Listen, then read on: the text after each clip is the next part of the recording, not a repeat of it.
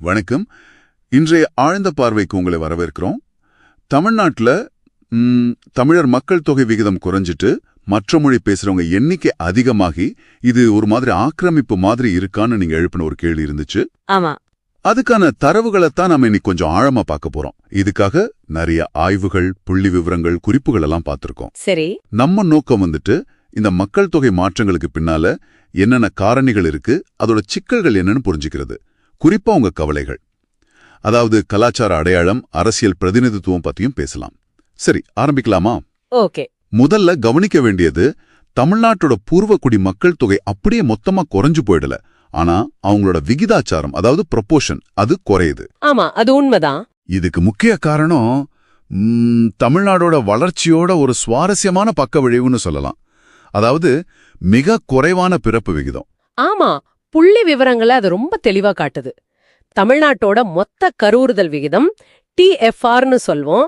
அதாவது ஒரு பெண்ணுக்கு சராசரியா பிறக்கிற குழந்தைகள் எண்ணிக்கை. அது இப்போ 1.5க்கு பக்கத்துல நிக்குது. 1.5 தானா? ஆமா. இது மக்கள் தொகை அதே அளவுல நீடிக்க தேவையான 2.1ங்கிறத விட ரொம்பவே குறைவு. ஓ. இதனால இயற்கையாவே மக்கள் தொகை வளர்ச்சி விகிதம் இங்க ரொம்ப மெதுவா இருக்கு. அப்போ இதுக்கு என்ன காரணம்? வெறும் குடும்ப கட்டுப்பாடு திட்டங்கள் மட்டும்தானா? அது ஒரு முக்கியமான காரணம் தான், இல்லன்னு சொல்லல. தமிழ்நாட்டுல ரொம்ப காலமாவே குடும்ப நலத்திட்டங்கள் வெற்றிகரமா நடந்துட்டு வருது. ஆனா அது மட்டும் இல்ல. சரி. முக்கியமா பாத்தீங்கன்னா பெண்களோட கல்வியறிவு அது நல்லா உயர்ந்திருக்கு. கிட்டத்தட்ட 84% பெண்கள் எழுத்தறிவு பெற்றவங்க. அப்புறம் பொதுவான சமூக பொருளாதார முன்னேற்றம், நகரமயமாக்கல். இப்ப தமிழ்நாட்டுல பாதிக்கு மேல மக்கள் நகரங்கள்ல தான் இருக்காங்க. ஆமா. அப்புறம் குழந்தை இறப்பு விகிதம் குறைஞ்சது, பெண்கள் மத்தியில அவங்க உடல் நலம், குழந்தை பெத்துக்கிறது பத்தின முடிவுகளை எடுக்கிற சுதந்திரம் அதிகரிச்சதுன்னு இப்படி பல காரணங்களோட கூட்டு விளைவு இது. புரியுது. இங்கதான் ஒரு முக்கியமான திருப்பம் வருதுன்னு நினைக்கிறேன். இந்த குறைவான பிறப்பு விகிதம் இது நாம ஒரு பக்கம் வளர்ச்சியோட அடையாளம்னு பாக்குறோம். ஆனா இன்னொரு பக்கம் இது தொழிலாளர் பற்றாக்குறைய உருவாக்குது. கரெக்ட். இதுதான் அந்த முரண்பாடு இல்லையா? மிகச்சரியா சொன்னீங்க.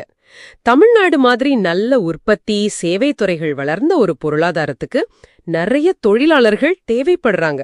ஆனா இங்க இருக்கிற பூர்வக்குடி மக்கள் தொகை வளர்ச்சி விகிதம் குறைவா இருக்கிறதால அந்த தேவையை முழுசா பூர்த்தி செய்ய முடியல. ஓஹோ. இதுதான் மற்ற மாநிலங்கள்ல இருந்து தொழிலாளர்கள் இங்க வர்றதுக்கு ஒரு முக்கியமான இழுவிசையா இருக்கு. அப்போ எவ்வளவு பேர் வராங்க, எங்கிருந்து வராங்கன்னு ஏதாவது கணக்கு இருக்கா? தோராயமான கணிப்புகள் படி பாத்தீங்கன்னா 30 லட்சத்துக்கும் அதிகமான வெளிமாநில தொழிலாளர்கள் இங்க இருக்கலாம்னு சொல்றாங்க. ஒரு 3.4 மில்லியன் கூட இருக்கலாம். அவ்வளோ பேரா? ஆமா. முக்கியமா பீகார், உத்தரப்பிரதேசம், ஜார்க்கண்ட் போன்ற வட மாநிலங்கள்ல இருந்தும் வராங்க. அதே சமயம் பக்கத்து மாநிலங்களான ஆந்திரா, கேரளா, கர்நாடகால இருந்தும் கணிசமான பேர் வராங்க. முன்னாடி தென்னிந்தியால இருந்து வரவங்க தானே அதிகமா இருந்தாங்க. ஆமா. 2011 கணக்குப்படி பார்த்தா தென்னிந்திய மாநிலங்கள்ல இருந்து வர்றவங்க தான் பெரும்பான்மையா இருந்தாங்க. ஆனா இப்போ வட மாநிலங்கள்ல இருந்து வர்றவங்களோட எண்ணிக்கை அதிகரிச்சிட்டு இருக்கு. இவங்க எந்த மாதிரி வேலைகள்ல இருக்காங்க? பெரும்பாலும் கட்டுமானம், உற்பத்தி, ஹோட்டல், ஜவுளி இந்த மாதிரி துறைகள்ல தான் அதிகமா இருக்காங்க. இதுல கவனிக்க வேண்டிய விஷயம், பலர் அவங்க குடும்பத்தோட வராங்க. அதாவது கொஞ்ச நாள் வேலை செஞ்சுட்டு போறவங்க மாதிரி இல்லாம இங்கே தங்குற மாதிரி வர்றாங்க. சரி, இதுதான் நீங்க ஆரம்பத்துல சொன்ன அந்த மொழி மாற்றம் குறித்த கவலைக்கு இட்டு செல்லுது இல்லையா? ஆமா. சில கணிப்புகள் ரொம்பவே சொல்றதுக்கே யோசனையா இருக்கு. தமிழ் பேசுறவங்களோட விகிதம் 2011ல ஒரு 88% இருந்துச்சு. அது 2040ல 40-45% அளவுக்கு குறையலான்னு சொல்றாங்க. ஆமா, சில கணிப்புகள் அப்படித்தான் சொல்லுது.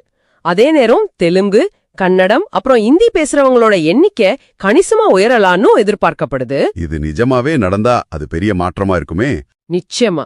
இது எப்படி எல்லாரையும் ஒருங்கிணைக்கிறது, அதாவது இன்டகிரேஷன், அத பத்தின முக்கியமான கேள்விகளை எழுப்புது. வர்றவங்களுக்கு மொழி ஒரு பிரச்சனையா இருக்கு. அப்புறம் வீடு கிடைக்கிறது, அரசு சேவைகள் கிடைக்கிறது, இதுல எல்லாம் சவால்கள் இருக்கு. அரசாங்கம் ஏதாவது செய்யுதா அதுக்கு? தமிழ்நாடு அரசு சில முயற்சிகள் எடுக்கிறாங்க. உதாரணத்துக்கு புலம்பெயர்ந்த தொழிலாளர்களோட குழந்தைகளுக்காக தமிழ் மொழி கற்போம்னு ஒரு திட்டம் இருக்கு. அப்புறம் அவங்கள முறைப்படி பதிவு செய்யறதுக்காக இன்டர்ஸ்டேட் மைக்ரண்ட் ஒர்க்மென், அதாவது ISM போர்ட்டல்னு ஒன்னு கொண்டு வந்திருக்காங்க. பொதுவாவே வந்தாரை வாழ வைக்கும் தமிழகம்ங்கிற ஒரு மனப்பான்மை இங்க இருக்கு. ஆனா இந்த ஒருங்கிணைப்பு எந்த அளவுக்கு சாத்தியம்னு நினைக்கிறீங்க? இப்ப அவங்க வேலைக்கு தேவையான தமிழ் கத்துக்கிட்டாலும் மாநிலத்தோட கொள்கை இருமொழி கொள்கை தானே, தமிழ் ஆங்கிலம். ஆமா. அப்போ ஒரு முழுமையான மொழி ஒருங்கிணைப்பு நடக்குமா இல்லனா நாம ஒரு மல்டிலிங்குவல் அதாவது பன்மொழி பேசும் சமூகமா மாறிடுவோமா? இப்போதைக்கு பார்த்தா ரெண்டாவது சொன்னது நடக்கிறதுக்கான வாய்ப்பு தான் அதிகமா தெரியுது. அதாவது ஒரு முழுமையான மொழி ஒருங்கிணைப்புக்கு பதிலா ஒரு பன்மொழிச் சூழல் உருவாகலாம். பலர் வேலைக்கு தேவையான நடைமுறை தமிழ பேச கத்துக்கிறாங்க. ஆனா அதுக்கு மேல போறது மாநிலத்தோட நீண்டகால மொழிக் கொள்கையோட பின்னணியில பார்க்கணும். இந்தி திணிப்புக்கு எதிரான ஒரு வரலாறும் இங்க இருக்கு. ஆக மொத்தத்துல நாம என்ன புரிஞ்சுக்கலாம்னா, தமிழ்நாடோட வளர்ச்சி அதாவது குறைந்த பிறப்பு விகிதம், அதோட சேர்ந்து வலுவான பொருளாதாரம், இது ரெண்டும் சேர்ந்து தொழிலாளர் தேவையை உருவாக்குது. ஆமா, அந்த தேவை வெளிமாநிலங்கள்ல இருந்து இடப்பெயர்வை ஊக்குவிக்குது. அதோட விளைவா மொழி மற்றும் கலாச்சார சூழல்ல மாற்றங்கள் வருது. இது ஒரு சங்கிலி தொடர் மாதிரி இருக்கு. கரெக்டா சொன்னீங்க. இதுல இன்னொரு அரசியல் கோணமும் இருக்கு, அதையும் சொல்லிரணும். சொல்லுங்க. மக்கள் தொகையை கட்டுப்படுத்தினதுல தமிழ்நாடு ரொம்ப வெற்றிகரமா செயல்பட்டிருக்கு. ஆனா இதனால எதிர்காலத்துல நாடாளுமன்ற தொகுதிகளை மறுபடியும் பிரிக்கும்போது மக்கள் தொகை அடிப்படையில தமிழ்நாட்டோட இடங்கள் குறைஞ்சிடுமோன்னு ஒரு பெரிய கவலை இருக்கு. ஆமா, அது நியாயமான கவலை தான். இது முதலமைச்சர் போன்றவங்க சில சமயம் அதிக குழந்தைங்களை பெத்துக்கணும்னு சொல்ற மாதிரி ஒரு முரண்பாடான நிலைப்பாட்டுக்கு கூட இட்டு செல்லுது. இன்னொரு பக்கம் மத்திய அரசோட மும்மொழி கொள்கைக்கும் மாநிலத்தோட இருமொழி கொள்கைக்கும் எப்பவுமே ஒரு உரசல் இருக்கு. இதுவும் நிதி ஒதுக்கீடு ஒருங்கிணைப்பு முயற்சிகள் எல்லாத்தையும் இன்னும் கொஞ்சம் சிக்கலாக்குது. இதுல இன்னொரு துணை விஷயமா குடும்ப கட்டுப்பாட்டுல கூட அந்த சுமை பெரும்பாலும் பெண்கள் மேலதான் அதிகமா இருக்கிறதையும் சில புள்ளி விவரங்கள் காட்டுது இல்லையா? பெண் கருத்தடை முறைகள் அதிகம், ஆண் முறைகள் ரொம்ப குறைவு. ஆமா, அதுவும் கவனிக்க வேண்டிய ஒரு பாலின சமத்துவமின்மை பிரச்சனை.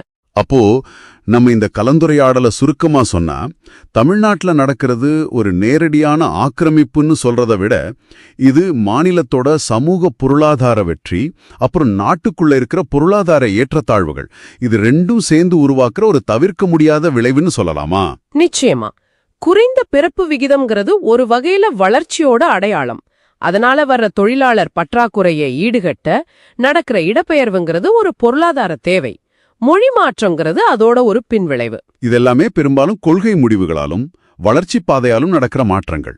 ஆமா, இதுல ஒருங்கிணைப்புக்கு முயற்சிகள் நடந்தாலும் சவால்களும் இருக்குங்கிறத மறுக்க முடியாது.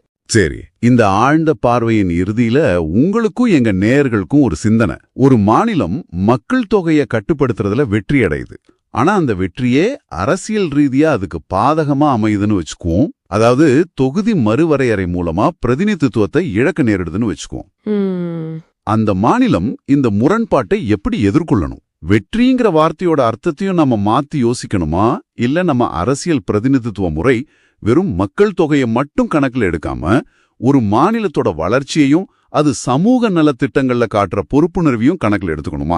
இது ரொம்ப ஆழமான கேள்வி. ஆமா, இது பொருளாதாரம், கலாச்சார அடையாளம், அரசியல் நியாயம், இது எல்லாத்தையும் எப்படி சமநிலைப்படுத்துறதுங்கிற பெரிய விவாதத்துக்கான ஒரு புள்ளி. யோசிச்சு பாருங்க. நன்றி.